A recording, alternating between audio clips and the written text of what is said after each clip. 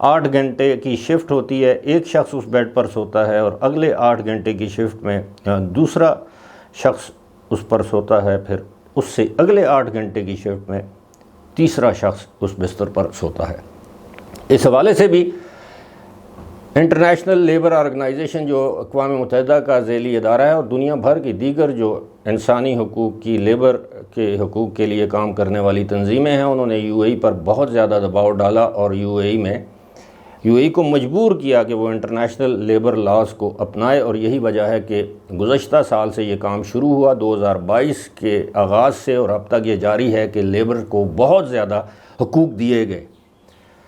اور ابھی بھی استحصال جاری ہے، اگرچہ کہ لیبرز کو حقوق دیے گئے کہ وہ لیبر کورٹ میں جائیں، اپنے امپلائر کے خلاف کوئی شکایت ہے وہ شکایت لے کر جائیں، کورٹ فیس نہیں لی جائے گی اور امپلائر پر جرمانہ ہوگا اگر وہ ان کو چھٹی بر وقت نہیں دیتا، جو کانٹریکٹ میں جو تفصیلات یا معاملات طے کیے گئے ہیں ان کے مطابق ان کو تنخواہ یا مراعات نہیں دیتا تو اس پر جرمانہ ہو سکتا ہے۔ لیکن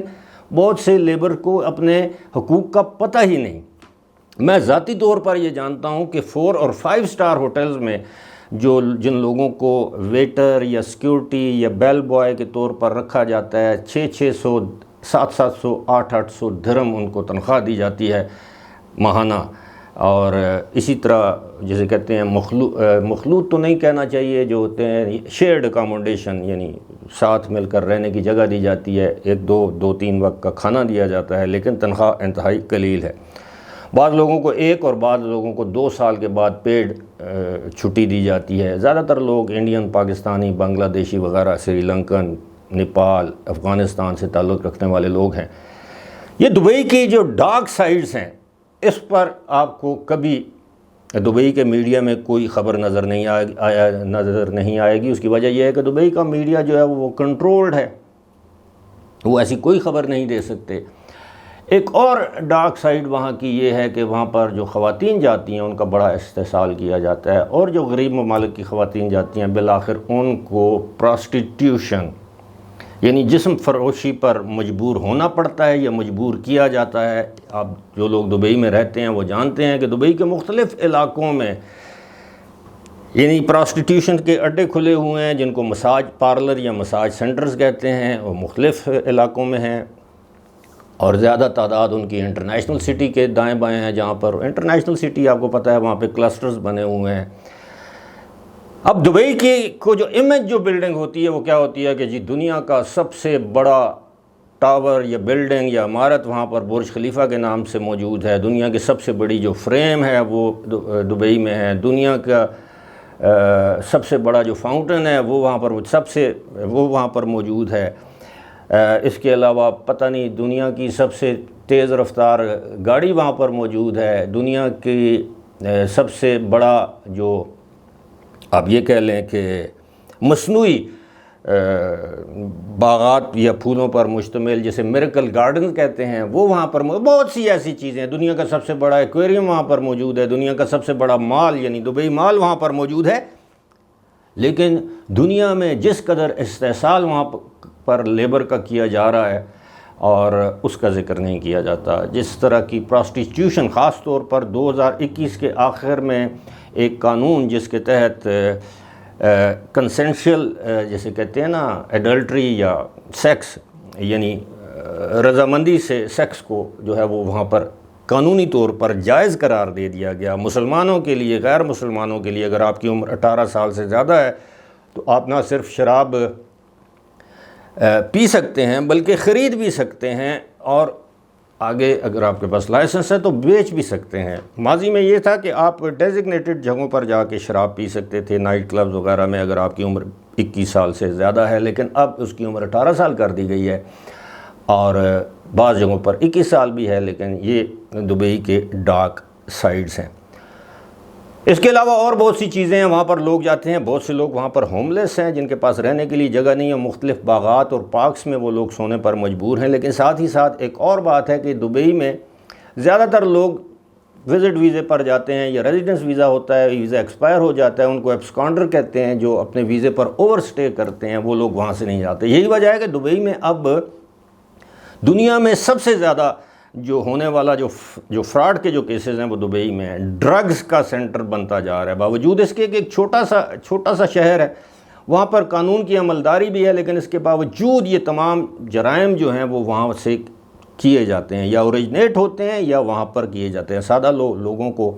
فراڈ کے ذریعے لوٹا جاتا ہے۔ ڈرگز وہاں پر بڑے ہی سائنٹیفک طریقے سے فروخت کی جاتی ہیں، حالانکہ سخت ترین سزائیں ہیں وہاں پر منشیات فروشی کی یا منشیات کے استعمال پر، یعنی ممنوع ڈرگز کی میں بات کر رہا ہوں، میں شراب وغیرہ کی نہیں، ویسے بھی شراب ڈرگز میں نہیں آتی۔ تو اس لحاظ سے میں سمجھتا ہوں کہ اور بھی بہت سے معاملات ہیں، کسی اگلی ویڈیو میں ذکر کروں گا کہ پاکستانی لوگوں کے لیے اس وقت لینڈ آف اپرچونٹی بن گئی ہے، صرف پاکستانی ہی نہیں، دبئی۔ ایک اور بڑا تاریک پہلو ہے دبئی کا، وہ یہ ہے کہ وہاں پر خوبرو خواتین،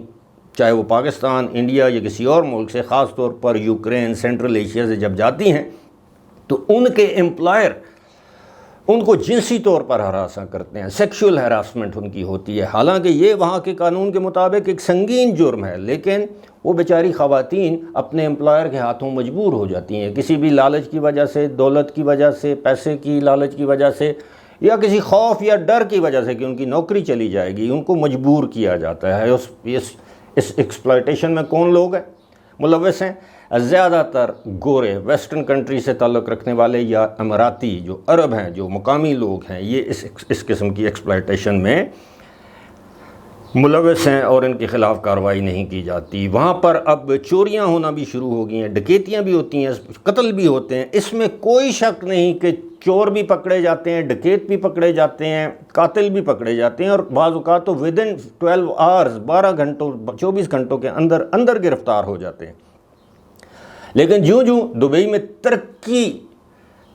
کی شرح آگے جا رہی ہے، آپ کو ہر جگہ بڑی بڑی sky rise, high rise buildings آپ کو نظر آتی ہیں، آپ کو سڑکوں پر رونق نظر آتی ہے، لیکن ساتھ ہی ساتھ پیرالل اس کے متوازی ایک اس کی تاریک ڈاک جو وہاں کی لائف ہے وہ بھی اسی طرح جاری ہے، لیکن